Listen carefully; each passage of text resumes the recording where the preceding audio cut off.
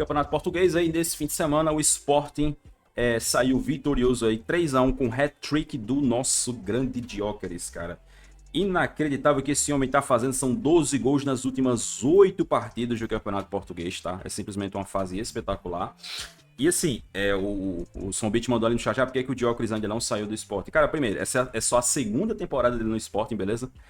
Não é como se ele já estivesse no Sporting há muito tempo.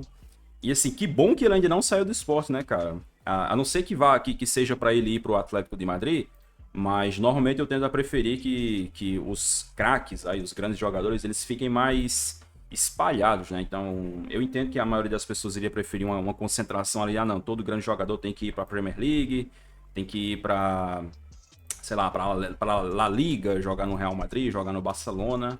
Mas que bom aí que o Gyökeres está no Campeonato Português e está deixando grandes atuações como essa, né? Ele marcou aí um hat-trick contra o Moreirense, né? 2 gols ali bem a cara dele, centroavante. Um ele só faz empurrar a bola para dentro do gol. O segundo ele solta uma chapuletada ali, tão forte que a bola pega até na mão do goleiro e entra. E o terceiro, esse aí sim já é um pouquinho mais diferenciado, que é um gol de falta, né? Assim, cara, o gol de falta que é a cara do Gyökeres, né, cara? Porque ele cobra a falta no canto do goleiro. E, cara, ele bate a bola com tanta força que, assim, geralmente gols de falta que são no canto do goleiro, na maioria das vezes é falha do goleiro.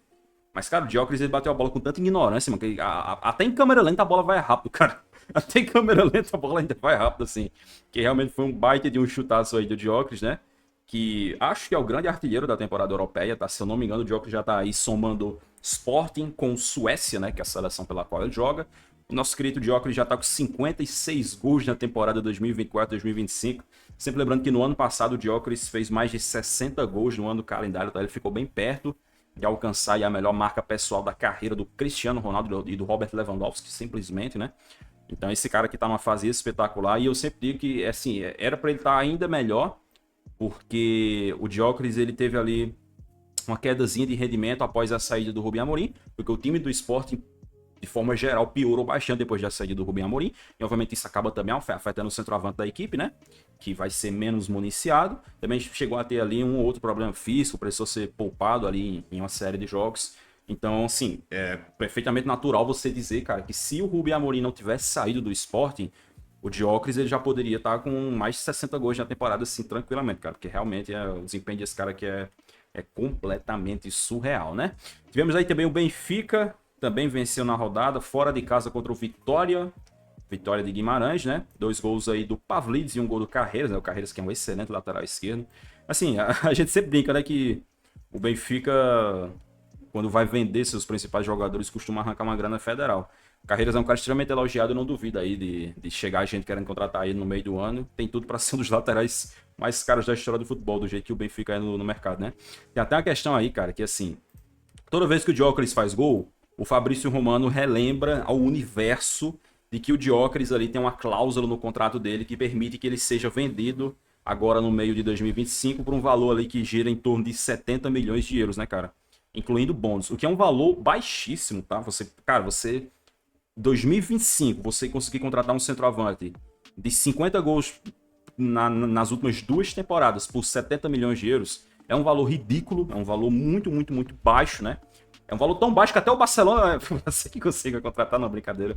Já sabe que o Barcelona está numa situação um pouquinho mais complicada financeiramente, então talvez o Barcelona não entre nessa disputa. Mas, por exemplo, tem clubes aí que precisam de um centroavante, como é o caso do Arsenal, né? O Gyökeres é muito vinculado ao Arsenal. 70 milhões de euros para um clube como o Arsenal não deve ser muita coisa, né? Então, se realmente for verdade essa informação do Fabrício Romano, o Gyökeres vai sair por um preço de banana.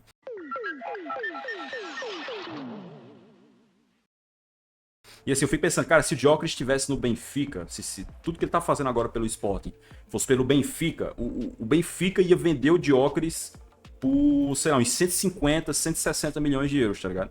É sempre bom lembrar aí que o Benfica vendeu o Enzo Fernandes, que é um volante, o Benfica vendeu ele pro Chelsea por 120 milhões de euros.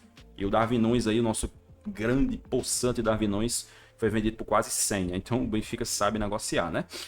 E por falar em centroavante, né, temos também aí o Pavlidis fazendo uma grandíssima temporada, né? Talvez até fosse uma temporada para o Pavlidis ser artilheiro do Campeonato Português, né? Ele que tá aqui sendo o vice-artilheiro. O problema é que o Gyökeres é uma aberração, né, cara? Tipo assim, mano, a disputa de artilharia do Campeonato Francês do Campeonato Português é muito injusta, cara. Como é que a pessoa vai disputar com o Gyökeres, bicho? Cara, o bicho tem mais de um gol por rodada, cara. Não tem como você disputar com jogos, né? Então o Pavlidis aí, que tá na sua primeira temporada no Benfica, né? Ele que já tinha jogado muito bem na temporada passada pelo AZ Alkmaar, chamou a atenção, meteu gol pra caramba. Já tá começando muito bem aí pelo Benfica, fazendo muitos gols, né? Mas buscar o Gyökeres aí é uma tarefa completamente ingrata, né?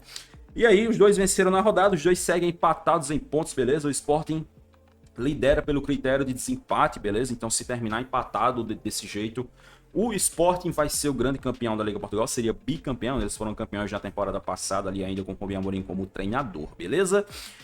E aí, obviamente, a questão do confronto direto, né, cara? Porque vai ser simplesmente um pega pra capar isso daqui, caras, porque a gente tá falando de um confronto direto entre os dois líderes do campeonato na 33ª rodada, ou seja, na penúltima rodada. No Campeonato Português ele tem 34 rodadas. 33ª rodada, dia 10 de maio, ali, 2 horas da tarde aqui no Brasil, Benfica e Sporting, jogo na Luz, né, na casa do Benfica. Em teoria o Benfica tem aí a vantagem de campo, e eu já quero deixar o convite para vocês que a gente vai acompanhar esse jogo ao vivo aqui, beleza? Vamos fazer aquele live reactzinho desse jogo, que provavelmente vai ser a final da Liga Portugal, né? Tem a chance desse jogo aqui definir o campeonato é altíssima. Pode ser que não defina, pode ser que ainda chegue na última rodada com os dois tendo chance de título, mas eu tô sim que vai definir, cara. Eu acho que o campeão não passa desse jogo aqui. E aí seria histórico para qualquer um dos dois, né? Benfica ali campeão em cima do rival jogando em casa, o Sporting campeão em cima do rival na casa do rival. De qualquer forma, seria uma parada simplesmente espetacular. E aí, ó, eu quero falar aqui também para vocês justamente sobre a questão das rodadas finais, né? Porque assim, eu fiz uma pesquisa que é pra gente tentar aqui entender mais ou menos quem tem a reta final mais fácil e quem tem a reta final mais difícil aqui dos líderes do campeonato português. Eu também fiz isso para a Série A, beleza? Quando a gente chegar ali no campeonato italiano, a gente também vai fazer isso, beleza? Ô, Gustavo, é porque atualizou, cara. Não é magia, não. É porque atualizou, beleza? Valeu aí pela presença. Vamos lá, rapaziada. Ó, Sporting, beleza? Que atualmente lidera o campeonato pelos critérios de desempate. O Sporting, tirando o confronto direto, beleza? Faltam 4 rodadas para acabar o campeonato português. Então, tirando o confronto direto, o Sporting ele enfrenta o Boa Vista, fora de casa, o Gil Vicente em casa e o Vitória de Guimarães em casa. E aí eu peguei aqui a colocação dessas equipes no campeonato para a gente tentar entender quais confrontos podem ser mais complicados e quais confrontos vão ser menos complicados, beleza? Então, por exemplo, a gente tem aqui, ó, o Sporting vai pegar o Boa Vista fora de casa. O Boa Vista é o 17º do Campeonato Português. Ou seja, ele é o vice-lanterna. Então aqui já é um jogo, em teoria, muito fácil para o Sporting. Aí depois ele pega o Gil Vicente no José Alvalade, que é o 14º colocado. Em teoria, também é um dos jogos mais fáceis dessa reta final, né? 14º colocado, tá ali na parte de baixo da tabela. Daí ele finaliza o campeonato, beleza? A última rodada do Sporting vai ser no José Alvalade contra o Vitória de Guimarães, que é o 5º colocado, um dos melhores times do campeonato. Porém, acabou de tomar 3-0 do Benfica jogando como mandante, né? Então também não é um time que possa lá ser muito confiável. Eu diria que aqui, cara, a tendência é que o Sporting faça 9 pontos com certa tranquilidade, beleza? Já o Benfica...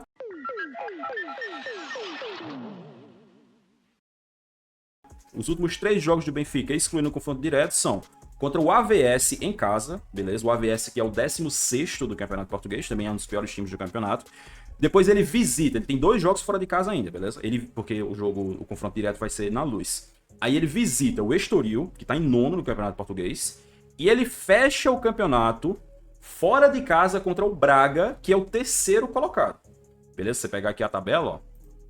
O Braga, ele tá inclusive na frente do Porto. Tá? O Porto tá aqui em 4º lugar e o Braga está em 3º.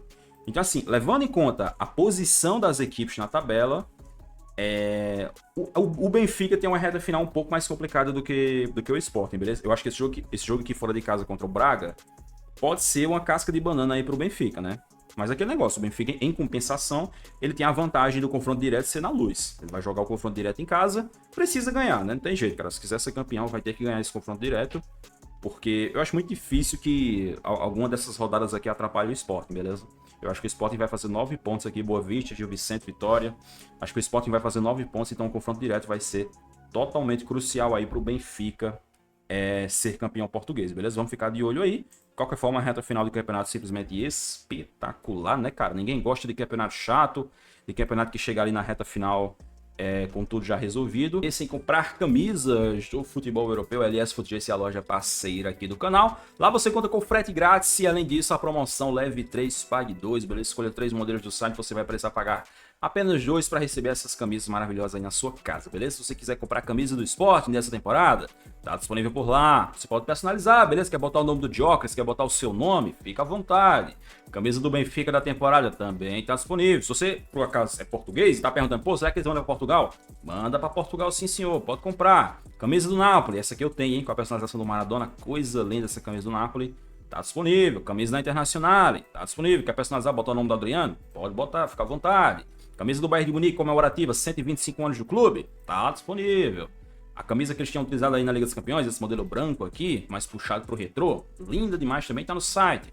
Barcelona, camisa 1 dessa temporada, eu tenho essa daqui aqui, ó. A minha tem a personalização do Johan Cruyff, tá no site também. Assim como a camisa 1 do Real Madrid e muitas outras, beleza? Tem coisa pra caramba no site, dá uma conferida.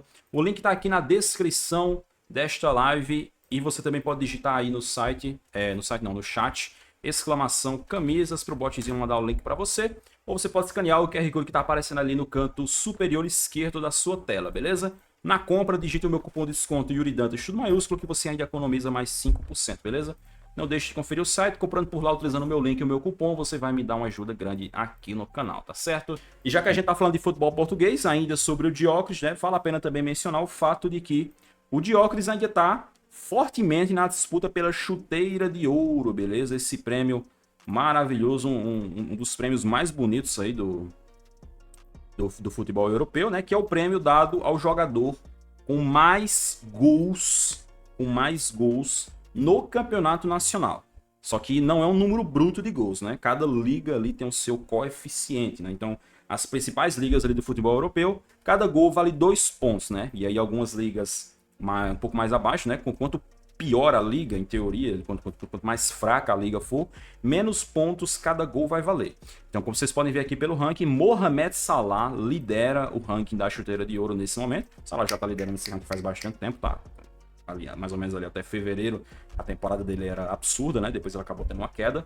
Salah tá aqui com 27 gols na Premier League, ele lidera a chuteira de ouro com 54 pontos, beleza? Cada gol que o Salah faz vale 2 pontos. Porém, o Victor Gyökeres está logo no cangote dele aqui com 34 gols marcados na Liga Portugal, que convertendo aí dá 51 pontos, porque cada gol na Liga Portugal vale 1.5, beleza? Pela Liga Portugal seria um ranking abaixo, né? Se eu não me engano ela é a 7ª no ranking da UEFA.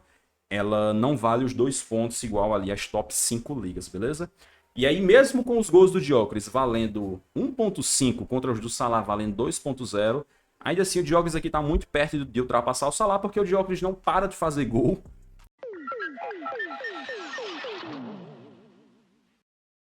O cara simplesmente tá ensandecido por gol, enquanto que o Salah tá numa fazinha ruim, né? Faz 4 jogos de Premier League que o Salah não faz um gol, beleza? Faz 4 jogos. Acho que o último jogo que ele fez gol foi aquele gol de pênalti contra o Southampton, beleza? No jogo em Anfield. Então, assim, nesse momento, o Gyökeres ele tá 3 pontos atrás do Salah. Ou seja, 2 gols, o Gyökeres já iguala o Salah em pontos, né? E aí, assim, você levando em conta a fase do Gyökeres, o tanto de gol que ele tá fazendo, Salah em queda de rendimento, eu diria que tem uma chance razoável do Salah perder essa chuteira de ouro pro Gyökeres, beleza? E assim, vale a pena mencionar que fazem 23 anos que um jogador que não é nem da Premier League, nem de La Liga, nem da Série A e nem da Bundesliga não ganha a chuteira de ouro. A última vez que um jogador fora das top 4 ligas ganhou a chuteira de ouro foi em 2002, o Mário Jardel, o brasileiro Mário Jardel, que naquela época estava jogando pelo Sport, né? Jardel que ganhou 2 chuteiras de ouro na sua carreira, né? Simplesmente espetacular. Ele foi o último jogador de fora das top 4 ligas a ganhar a chuteira de ouro. Ele fez isso jogando pelo Sporting. E aí agora o Gyökeres pode voltar a repetir esse feito também jogando pelo Sporting. Ô, Matheus, o Gyökeres, o Jardel também jogou no Sporting, meu querido. Ele não jogou só no Porto não, beleza? Inclusive tem um vídeo react lá no canal de cortes, em que a gente assiste juntos um vídeo falando sobre a história do Jardel. Ele meteu muito gol, tanto jogando pelo pelo Sport, enquanto jogando pelo Porto, tá? Foi só pelo Porto, não. Enfim, é isso. Vamos ficar aí de olho nessa reta final de campeonato inglês, português e campeonato inglês, né? Porque são os dois jogadores aí que ainda estão na briga pela Chuteira de Ouro. A gente também tem aqui o Lewandowski, que... O foda é que o Lewandowski lesionou, né, cara? O Lewandowski também tava chegando ali, ó. Tá com 50 pontos o Lewandowski, mas agora que ele lesionou, acho muito difícil aí que o Lewandowski ainda consiga chegar nessa briga. Temos aqui também o Harry Kane, que tá com 48 pontos, né? Enfim, de qualquer forma, eu acho que a tendência é que fique entre o Gyökeres e o Salah mesmo, beleza? Vamos lá.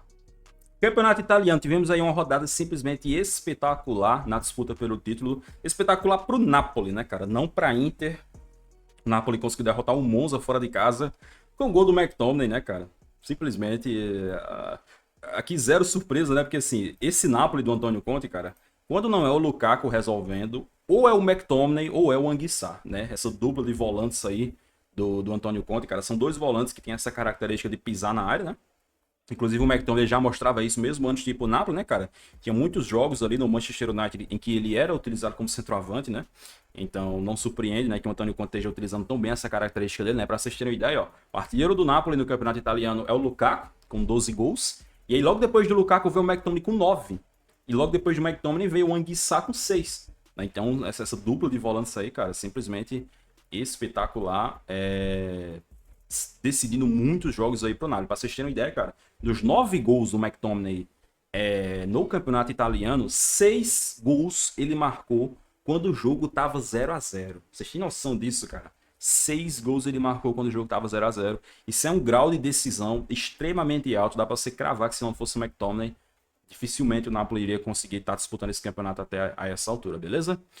Já a Internazionale acabou sendo derrotada aí neste fim de semana, né? A Inter ali visitou o Bologna que tá muito bem no campeonato, né, cara? Tá fazendo um segundo turno espetacular, tá disputando ali ainda por vaga na Liga dos Campeões, na próxima Liga dos Campeões, e o Bologna conseguiu derrotar a Internazionale por 1-0 com um golaço do Orsolini, né? Um gol meio bicicleta, meio voleio ali. Vai ter gente que vai achar que é bicicleta, vai ter gente que vai achar que é voleio. É como se fosse um híbrido dos dois, né? E ele faz ali já nos acréscimos, né, cara? Assim, um jogo fraco da Inter, né? Realmente, assim, foi um jogo de picos. Teve momentos em que a Inter estava muito bem no jogo, teve momentos que estava muito mal. Eles até poderiam ter ganhado esse jogo da forma mais cagada possível, cara, porque ali no segundo tempo, cara, tem um lance que é tão patético, cara, ali no segundo tempo, que assim, tem um lateral pra Inter, beleza? Aí o lateral vai ser cobrado, o lateral é jogado na área. Aí o goleiro do Bolonha sai todo errado. A bola bate nele. Aí entrando, a bola tá indo no gol, bem devagarzinho, tá indo no gol. Bate na trave. Aí pá, bateu na trave, meu Deus. Aí sobra pro Taremi. Taremi, esse jogador do Porto.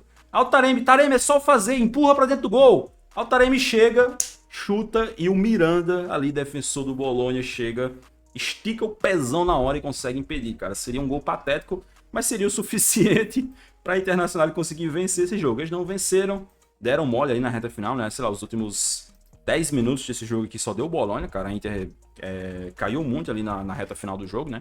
Eu acho que eles sentiram muito fisicamente essa parte da temporada, né? São muitos jogos aí, a Inter é um dos times aí que tá em busca da Tríplice Coroa, então tem Liga dos Campeões. Essa semana agora acho que vai ter semifinal da Copa da Itália, né? O jogo da volta contra o Milan. Então, assim, uma reta final bem excruciante aí para a Internacional. Eles sentiram fisicamente esse jogo, acabaram sendo engolidos ali pelo Bologna e foram derrotados, beleza?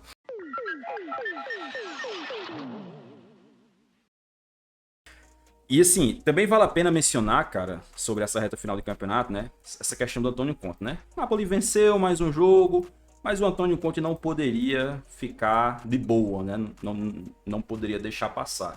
E aí ele deu essa entrevista aí depois do jogo, falando que não, eu tô muito feliz em Nápoles, minha família tá muito feliz, a gente gosta da cidade.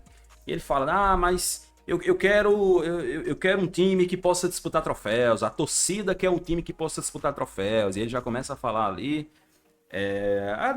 bem naquele estilo Conte, né? Daí ele termina ali dizendo que não sabe se a equipe vai ter condições, beleza, de fazer isso ali na próxima temporada. Basicamente o Antônio Conte deixando bem claro que para a próxima temporada, se o Napoli não investir uma grana legal, ele vai vazar.